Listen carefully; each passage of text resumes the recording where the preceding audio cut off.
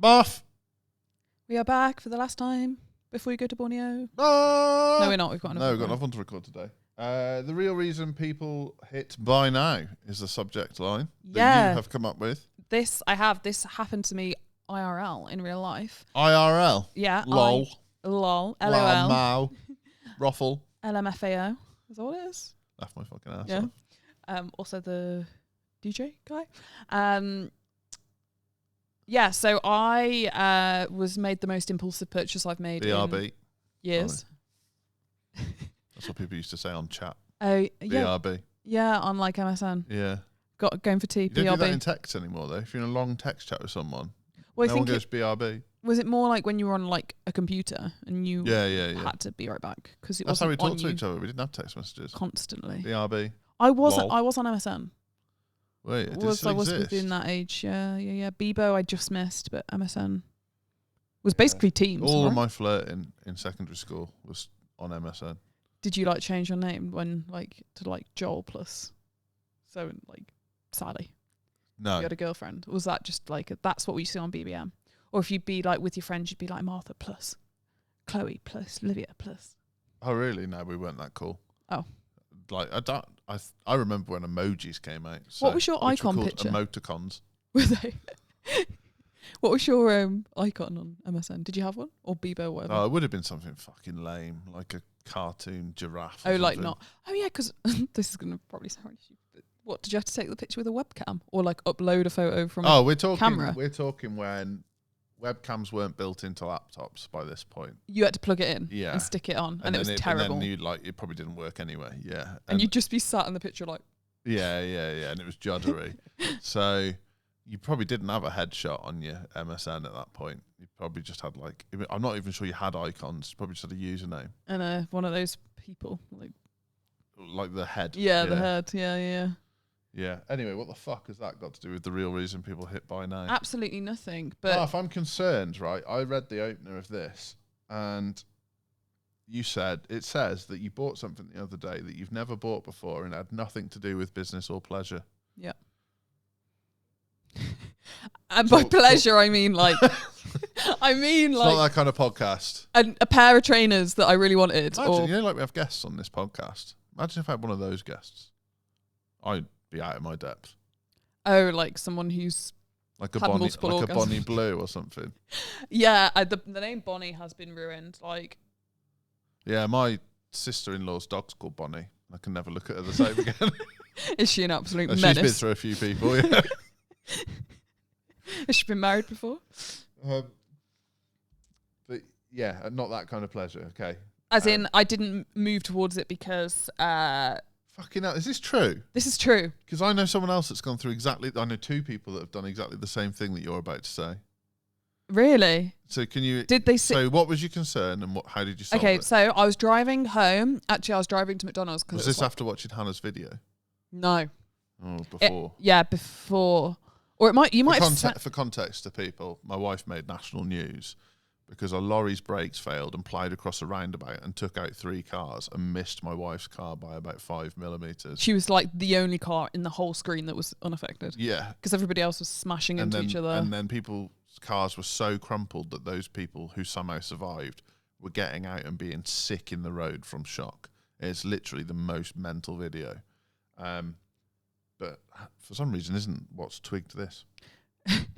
Well, for me, I was driving home and I saw a BMW on fire, actual flame engulfing fire. Yeah. And the fire engine hadn't got there yet. And I was thinking, oh my God, I hope the guy is okay. And he was. Luckily, he was out on his phone. So I don't know how quickly it went up in fire. But I remember looking at it and thinking, that must affect the car's system because it's engulfed in flames. What? Burnt to death? Well, yeah.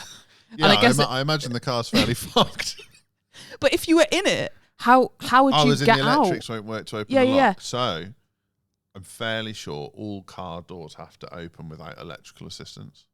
Unless you're... So even the Tesla had an override manual handle to open the door. Yeah, but then I went into a hole of when if you plow into a lake, you can't obviously because of the pressure of the water. That's true.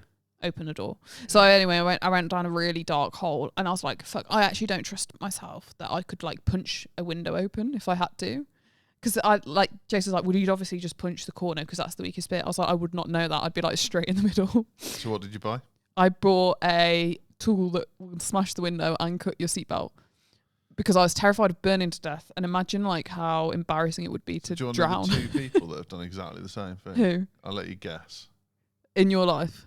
Yeah, one you know really well and one you know. That's so vague. Are we talking one business? One used to be your boss. Andy bought 4 of these fuckers. Oh, for his whole off family. Some clip, that he saw, and then Paul did the same at the same time. Really? And it was a bit of a joke between us around like, it's got the little metal tip on the end to make sure it smashes the glass easy. But and I was like, where do I put this? Because it's too big to go on my keys, so it's just like in my side of the door. It also could be a good weapon if I get in a road rage incident. Oh, good. Or someone tries to steal your car. Yeah. Whilst you're in it. Yeah. You can cut their seatbelt off. Yeah, I couldn't pull the handbrake. go full John Wick on the. Then go into the lake. Pull the handbrake. Have that.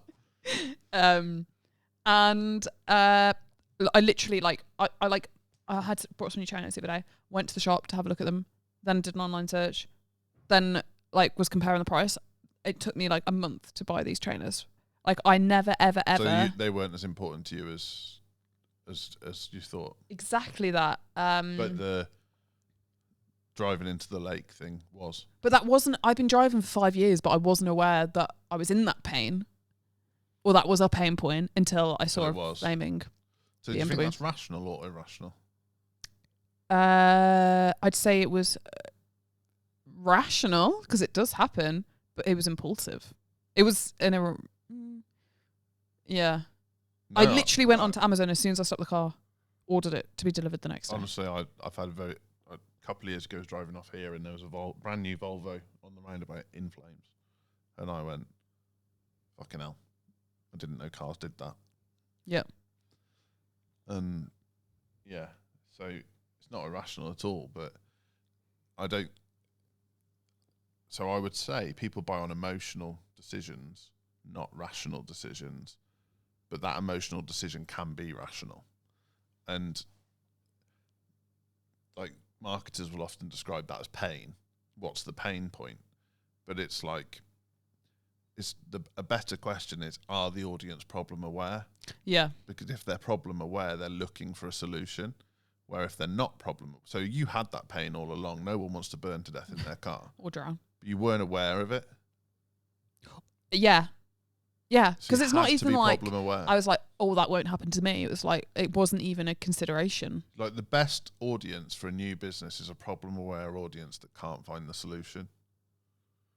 Yeah, because even if you come up with the solution, like a gap in the market that people need, if they don't know that they need it, then you'll never sell one widget.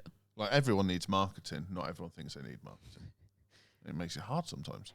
We meet businesses that are very successful that could be 10 times more successful than they are with our help, but you can't convince them.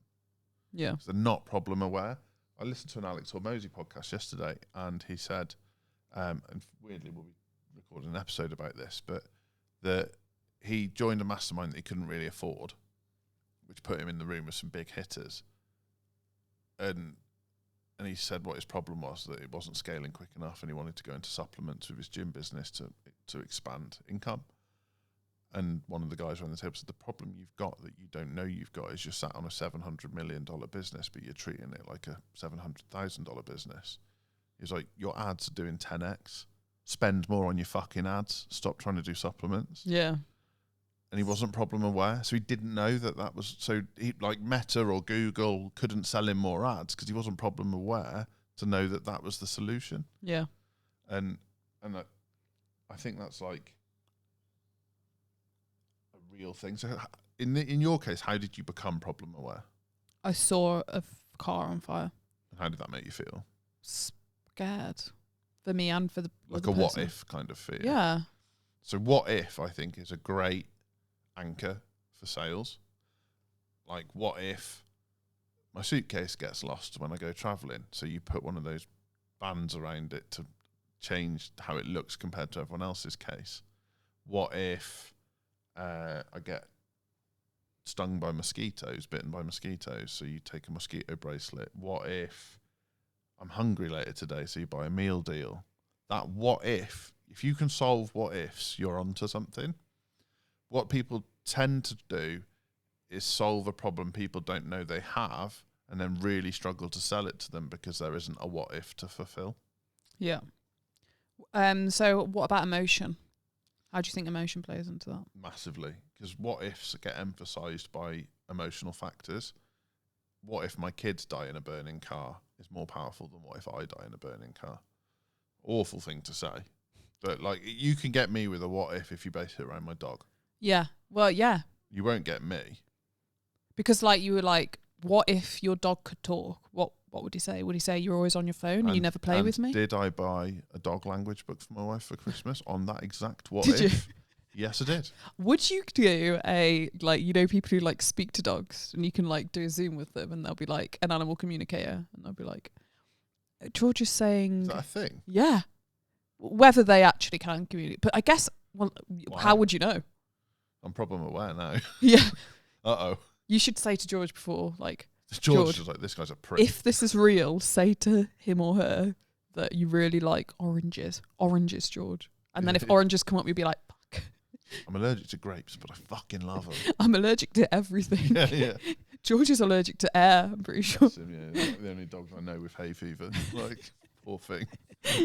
But yeah, that's it. Like, so I've talked about this on the podcast before, but I'm not very good at reward. Well, I've got a lot better at rewarding myself to the point of excess, perhaps. But I wasn't very good at giving myself a pat on the back for things. And my investment coach said, just get yourself something you like. And at the time, I liked trainers. And now I've got fucking loads of pairs of trainers. And everybody buys you trainers. And, well, that's a risk.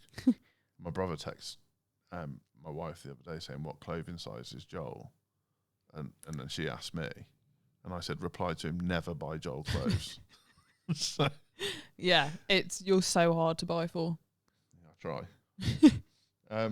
I don't think I am. I think I'm the easiest person to buy for. But then Hannah said, no, you like everything. But you like very specific things within everything. Yeah. Which makes it hard.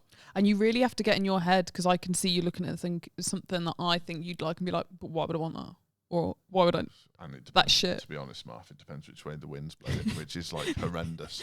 Like, that's a toxic trait. Give you the present. Today I am feeling grateful. Today I'm a cunt.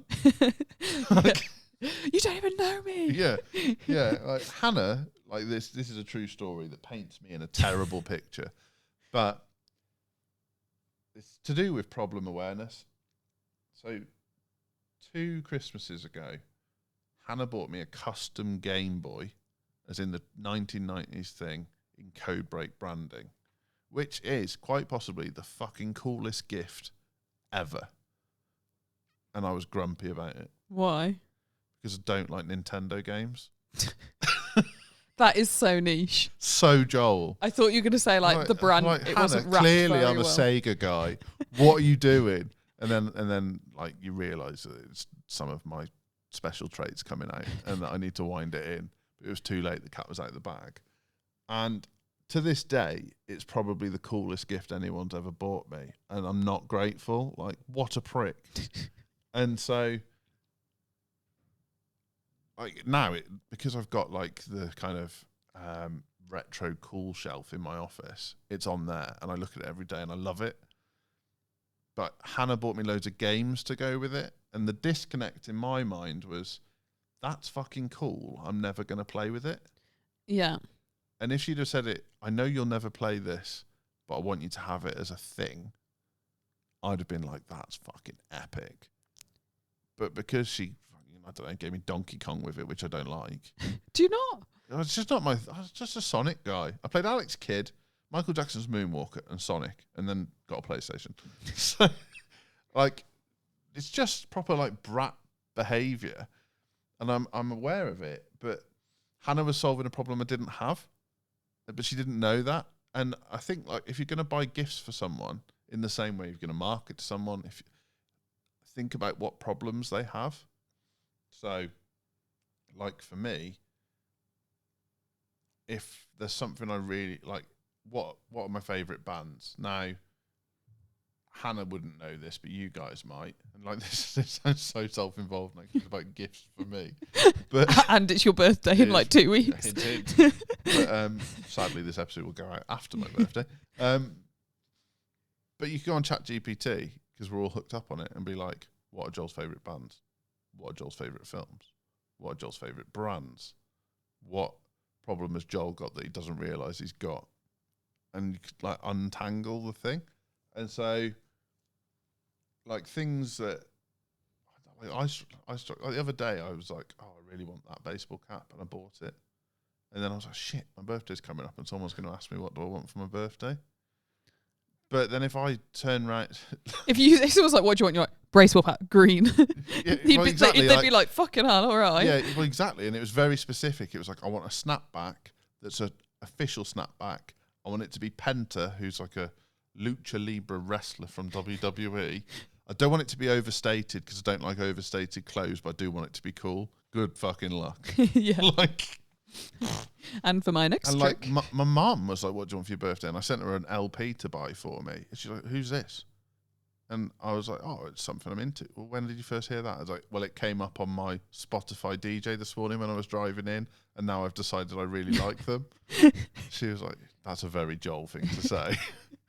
Like, but don't ask questions if you don't want to know the answers. That's the truth, yeah. So, like, Han doesn't buy me clothes unless they're clothes that I would wear as pajamas. So clothes with cartoon characters on or stuff like that. My family insist on buying me Lynx, which I'm allergic to. So they need to be more. As in Lynx the spray. Yeah. Or I was like I was the only man at secondary school that didn't smell of Lynx Africa. But did you have the clicker? So, Marth, have I talked about this before? I don't think so, or not for a long time. Oh no! I think you've talked about it at Code Break. I didn't know that this episode was throw Joel under the bus for 30 minutes. So Lynx had an advert back in the day where every time a girl glanced at the bloke, he had like one of those clickers that a bouncer has to count how many people are coming in and out of a nightclub. And they were metal and Lynx branded. What people didn't realise is they made those available for a very short period based on like tokens or writing in or something. And I was in my first year of university. Did you get a clicker? I may or may not have caused fucking havoc with my clicker in Freshers Week because I was the only one with one and everyone knew what it was and everyone wanted to get a click on my clicker. I haven't told my wife that story. I can't believe I'm sharing that on the podcast. I'm not telling you how people got a click on my clicker. How many did you get? Too many. It wasn't as they didn't have to sleep with me. Okay. But yes, that was probably my single greatest move in University Freshers Week. I can't imagine. I'm just thinking if I saw someone with a clicker, I'd be like, that thing's definitely on non. That guy's a virgin. Like, yeah. But I think no, it was of its time. It was funny. Yeah. And I wasn't doing it in a lechy way. I was doing it like literally someone would accidentally look at me and I'd show them and click and then run off like an idiot. And I guess adverts were that big then, right? If an advert was on now, I would be sure everyone had seen it. The adverts were huge. Like they were massive. Like and pretty derogatory by the sound. Well, I guess they could do it now. Of their time. Like I think you see the same the other way now with like women attracting men in adverts because we haven't perfume adverts and car adverts are shit. Yeah, there's some cool. The new KFC advert's really cool where it like pretends to be Jesus. I haven't seen it. I don't have TV. I guess it's an Easter campaign. It might have stopped now, but I was like, "What the fuck is this?" And yeah, then at the end, I was like, "Epic." Also, they probably definitely cut that when the Pope died. Yeah. So anyway, the problem aware piece of this clicker, fucking hell, was I knew in Freshers Week, whether I consciously knew, I don't know, but everyone is like hustling for attention, for status, because you're new to uni and nobody knows each other. So my clicker gave me an advantage. Who's the guy with the clicker? Clicker guy. And because I wasn't being like stood in the middle of the dance floor getting off with every girl guy with a clicker. Not the first week anyway. I was like wearing fancy dress, being a maniac guy with a clicker. Is that when you shaved your head and had the... For Halloween that year, yeah. Dressed up as Stone Cold Steve Austin, shaved my head bald, grew a goatee, got an e-brake. That is commitment. I was all in on everything I did. I did Eminem as well. That's still you now, though. You're all in on everything you do. Yeah, it's idiot. But like, yeah, no, I did Eminem as well, bleached my hair and gelled it forward, and then dungarees, t-shirt, like, just didn't give a shit. I can't imagine you in dungarees. I still don't give a shit about stuff like that. If tomorrow it was World Dinosaur Day and we were all coming to the office as dinosaurs, I'm fully in. Is World Dinosaur Day a thing? It is now. But like, yeah, I imagine when we go to Orlando, because it's Halloween time and all this, like, Halloween Horror Nights and stuff are on, I'll be all in. Yeah. I'll be obscene. Yeah, and Halloween's the only time in Disney you can actually dress Jason up. come in? Yeah. He's in? Yeah. Free accommodation, I isn't it? sent him the invite today just for a bit of fun. Yeah, he can pay for his flight. Yeah. Yeah, well, it's a business meeting. Oh, yeah, of course it is. Yeah. He's a client. And he currently takes nothing out of the business, so it'll be a nice treat for him. Yeah, that's sick, actually. Yeah. That's really good. Yeah, but obviously he gets free accommodation, which I said I'd show you. He's not staying with me. Brutal. Can I stay with you? Yeah. Can I stay with you, please? These three losers on their own. They can have bunk beds. Is there bunk beds? Stop it. Are they all bunk beds? No. Someone's in a bunk bed. Are they? So when you look at big houses around Disney, there may be themed bedrooms. Tell me, please. Cars. I'll show you. Oh, there's worse than cars. There's a Disney princess theme and like there's some sick stuff. Honestly, I've like had to rein it in to not get carried away because it's so funny what you can find. Are you gonna like assign rooms, or is it gonna be like a running and choose your room? I think we'll go down the route of there will be enough adult bedrooms for everyone to feel like a grown up. No, come on. Except Ethan. I want Ethan hanging out the bed like Elf with like his arms and legs. Yeah. Ethan in a racing car bed. Great for socials. Potty. Yeah. That's your ensuite. Yeah, you just pull it out from under the bed. Don't go in the night. I'm not cleaning it up. So don't trick it out the window. Joel's beneath you. So, yeah. Okay, so what if you're... So we started this podcast by talking about the smasher, which is an easy one, right? If you sell a car smasher, pain point is easy. But what if you sell jewellery? What's the pain point? Or how do you market? There's different ones. Some I'm comfortable with, some I'm not, but they're all true. So someone who's getting engaged, the pain point is need an engagement ring. Easy. Someone who doesn't like that their friends have nicer jewellery than them. Because the social circles they mix in, you have to know the difference between what is 9 carat. Well, what is gross but clearly expensive, and what is elegant and fits into the scene. So, like, there would be a difference between Chopard and Tiffany and Pandora, and some and whatever else there is. I'm not a jewelry, and like, some people can tell. I mean, I wouldn't be able to tell. And like, does it fit their character? So that's a thing as well. But so that, yeah, it's harder. The luxury market's more interesting because people are more problem aware. So like someone that wants a Ferrari isn't worried about having a nice car. It's the car. Yeah. So the problem is like, I've always wanted a Ferrari, or I've already got 3 Ferraris and they're fucking great. I want another one, which is very different to if you're trying to sell paracetamol against 6 other paracetamol brands. And it's all 50p. The person buying own brand paracetamol just wants to cure their headache and knows it's the same ingredient as all the other ones. The person buying like Nurofen equivalent of paracetamol believes that the leading brand gets rid of their headache quicker and doesn't believe that the ingredients on the back tell the full story, which might be true because the placebo of believing that might mean that your headache goes quicker. So there's different things to play with. Then like things that are notoriously difficult to sell in marketing because everyone's got a different problem that they think they know how to solve, when ultimately it's like Let's figure out what's working in your business, do more of that. Let's figure out what's not working. Can we fix it? If yes, do more of that. If no, stop doing it. And when people think they have a sales problem, they're like, I want more sales. I need more sales in my business, so I've got a sales problem, so I need a salesperson. And like you have to educate them that marketing is the pain point, not. Or the other way around.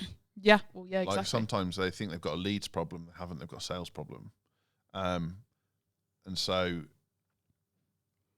like that discovery call process that most marketing agencies do, be it a free consultation, discovery call, or Zoom, whatever they call it, should be about finding what the real problem is and then telling the truth about whether you can help or not. What tends to happen is they use it as an opportunity to sell their wares without exploring what the problem is. I had a discovery call yesterday with a company that's doing very well, and it took a 45-minute chat to find out they're doing no retargeting. And they weren't problem aware because they didn't know what retargeting was. Now they are. So now I've got to send them a proposal today to say, this is how I think we can plug in and help. And this is how I think it will help. And this is how I think you'll see returns over time. It's not an instant solution. It's not a short-term fix. If you'd like to work together, great. If not, also great. But at least we're being problem aware, and you now know I found a hole in your boat. So sometimes you have to help them find the hole, but then you have to earn the right to the conversation, and it gets harder and harder. The beauty of the hammer that smashes the car window is that it's cheap and cheerful, and like people are very problem aware. If I'm hungry, McDonald's, problem aware. And like I am in physical pain because I'm hungry. Why do they put them on retail parks? Well, there's various reasons, but one, that's where the people are. Two, that's where people get hungry. And then three, that's where it's going to be easy to put one up. So, like, they're solving. Is it easy to get to? Yeah, problem solved. Are the people there hungry? Yes. Is there enough people? Yes. Are they in buying mindset? Yes. Yeah. Yeah. Once you've spent 200 quid on a retail park, are you going to be worried about eight quid meal from McDonald's? Probably not.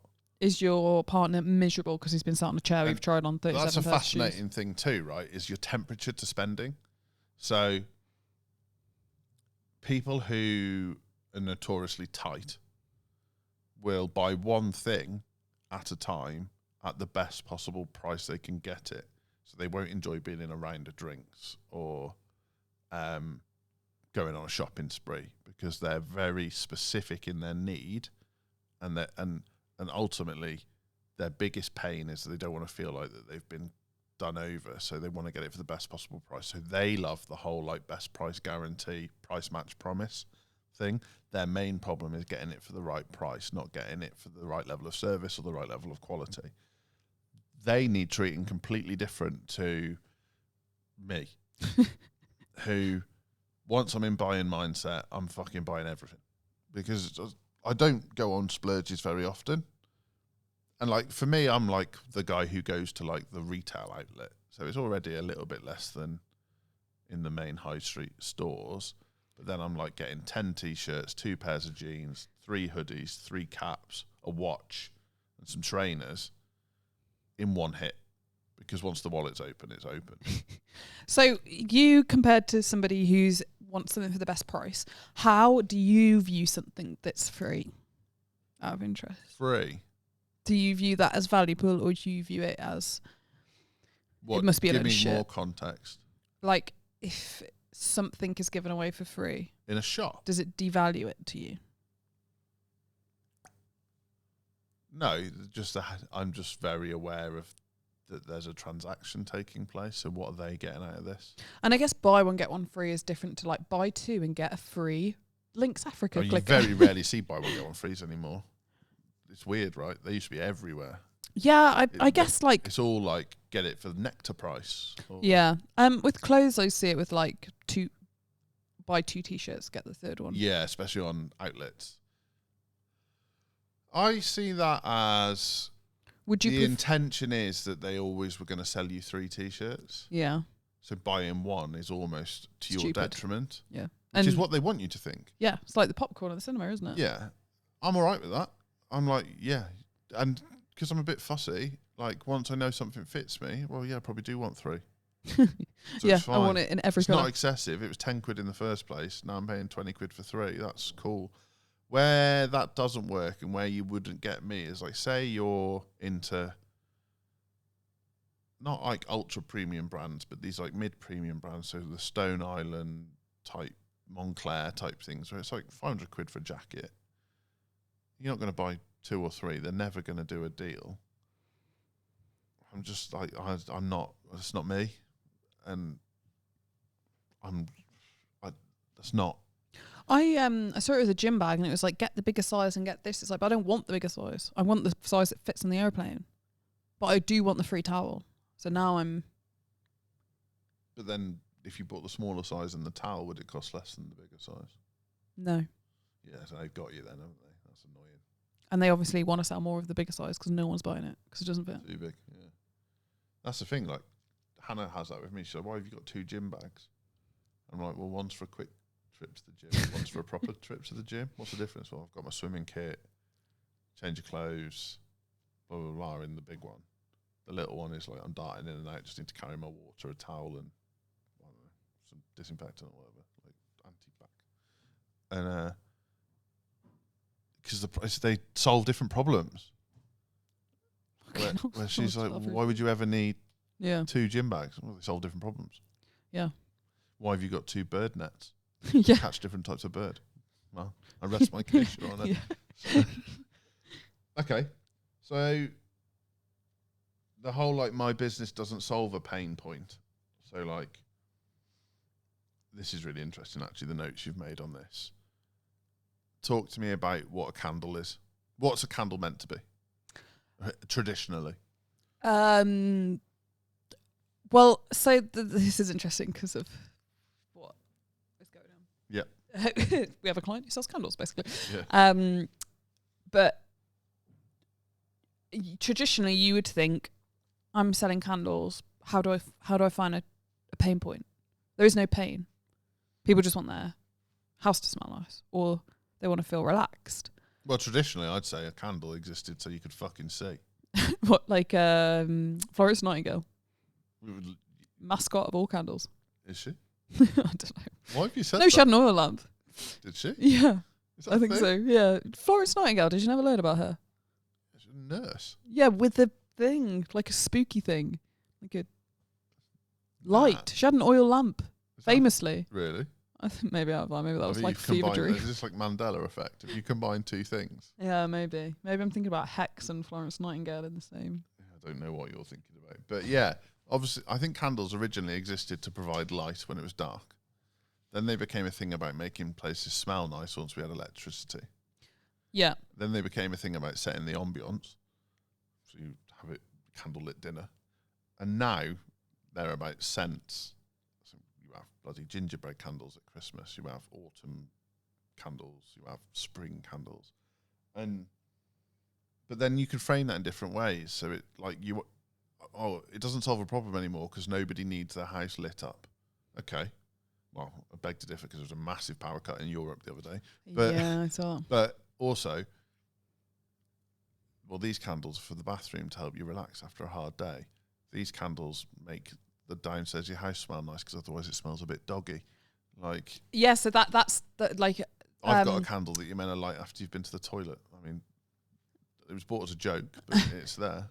A lot of people want their house to smell nice, but they have pets and they don't want to chemical or to hurt the dog's nose because they're very sensitive. And a lot of candles are already pet friendly. Melts, yeah, especially melts. Exactly that. And then like you could apply this to different things. Like your jewelry isn't just to show off; it's to show that you love someone. Yeah, or show like someone you care about. Your them. dog toy isn't to just tire the dog out; it's to stop them chewing a hole in the wall. Like your branding isn't just logos; it's to make your business memorable. Like it's so easy. We hear this all the time. It's like there's not a pain point with my product or my business, but there always is. And the thing that people forget in their funnel, and this is something that possibly worth us thinking about on certain clients, is the first question should be, is the audience problem aware? Because if the audience isn't problem aware, we need to run a campaign that makes them problem aware first. So like, sick and tired of your dog chewing a hole in the wall. Shit, I didn't realise that was annoying me. As opposed to, this dog toy won't just tire Rover out. It'll stop him chewing on a hole in the wall. Well, they didn't know that the Rover was chewing the hole in the wall. So I was going to say that they don't know that the reason he's chewing a hole in the wall is because he's not mentally stimulated. They just think Rover's a cunt. That's twice we've said that word on this podcast now, Mark. We need to rein it in. So, yeah. We can just give someone a job to beep it out, and then you can be like, guess which foul language was used. Yeah. I lived in Australia for many years. Cunt isn't a term of endearment in some context. Yeah. Okay. That's my excuse. Good save. So how do we use this in our marketing? That was the third time. Yeah, well, that's just it, isn't it? Is however you get people into your world, making them problem aware. Well, actually, no, screw all that. If you don't know what problem your product or service solves, the first thing you need to do is look at. And a simple way now is like, put a description of your product into ChatGPT and then say, ChatGPT, give me 50 problems that this solves. Exactly. And then go and question your audience. So run a campaign where the headline is like, ever feel like you're sat at the traffic lights and the world is just passing you by? And then it's like, I don't know, it could be for Red Bull. Like, increase your alertness with our new caffeine-infused drink. Yep. Like, ever feel like the phone doesn't stop ringing? Get your life back with our new VA service. Like, there's like, you need to make people aware that the problem they have is a problem you can solve, and it might be a problem they don't know they have. So ask them a question about it to make them think about it. Like, I don't know, like people who are super problem aware, like brides looking for a wedding dress, sick and tired of getting the same treatment in every bridal boutique you go in. It's a shit glass of Prosecco disguised as champagne and then a massive sales pitch. That's not how we work. Suddenly you've differentiated yourself from your whole marketplace whilst looking at the secondary problem, because the problem was they haven't got a wedding dress, but they've got a new problem now. They're massively uninspired by every boutique they go into. Yeah, which they might have thought, I don't like any of the dresses because of my body shape or because I have a self-confidence issue, when actually it's the and like we've made this mistake where some of our marketing has attracted people who are in crisis and want marketing to turn their business around, when really we should be targeting people who are flying but know they could go harder. Yeah. So like business scaling well, want to put it on steroids, like that kind of thing. What's the key takeaway, Martha? What's a big action point someone can do other than my ChatGPT hack that I just mentioned?